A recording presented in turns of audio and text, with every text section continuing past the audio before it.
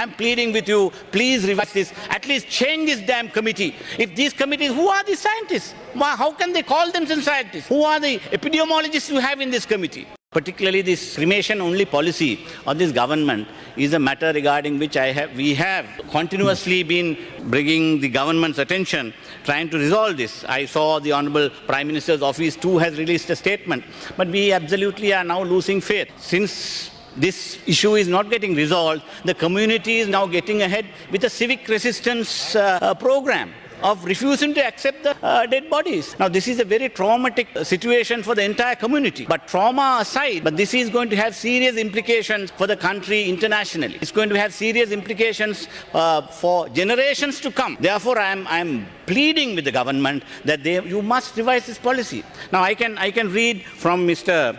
Honorable Tissa Vitarna. He is a renowned virologist. Now, he's not a normal virologist. He's a specialist in the field of bacteriology and virology, PhD in virology from the University of London, and he has served as the director of the Medical Research Institute.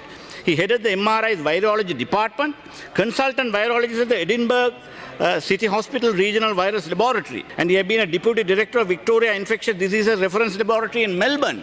Now, such an important personality, what does he say? He says, we have experts in the field, but none of them has been called for discussions. On the other hand, this is a virus, but as far as I know, there were no virologists in the committees that were set up. When you are trained in a particular discipline, you get to know all aspects of it and be able to adapt to suit the problem. We should have made use of the trained personnel we have. But the idea that it should be done by people with connections is the kind of thinking we have. What does he say? Your own member of the government, one of the senior virologists, saying, who are these so-called specialists you have in this committee? People who are denying what is scientifically correct and what is scientifically accepted all over the world are living in cuckoo's world, in cuckoo's land, and they are prescribing solutions which is hurting the sentiments of one community in this country. For God's sake, I'm pleading with you, because this is a very serious matter. This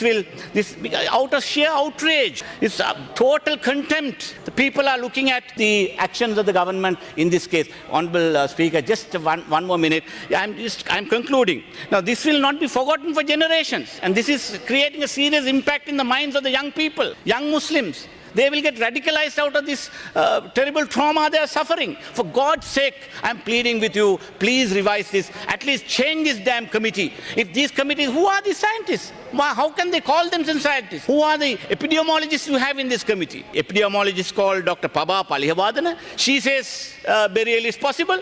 And there is also another senior epidemiologist, Dr. Nihal Abesinghe. The other day talked with Chamudita program. It very clearly says burial as an option is not objectionable, and that is accepted by the WHO, and that is correct. And with all these epidemiologists and virologists being outside the committee, there are some pseudo-scientists who have been appointed by this government who are holding the entire Muslim community to ransom and are making them suffer. Therefore, in the name of this country's unity and communal harmony, I'm pleading, please, for God's sake, do this. And in the meantime, I must say some of our members have been inveigled to vote with you on the 20th Amendment. I hope they will not bring them to shame by again going on voting with the government when the entire community is in such distrust and they are outraged, and this will be a disgraceful act if they continue to do so until this matter is resolved. Therefore, I plead once again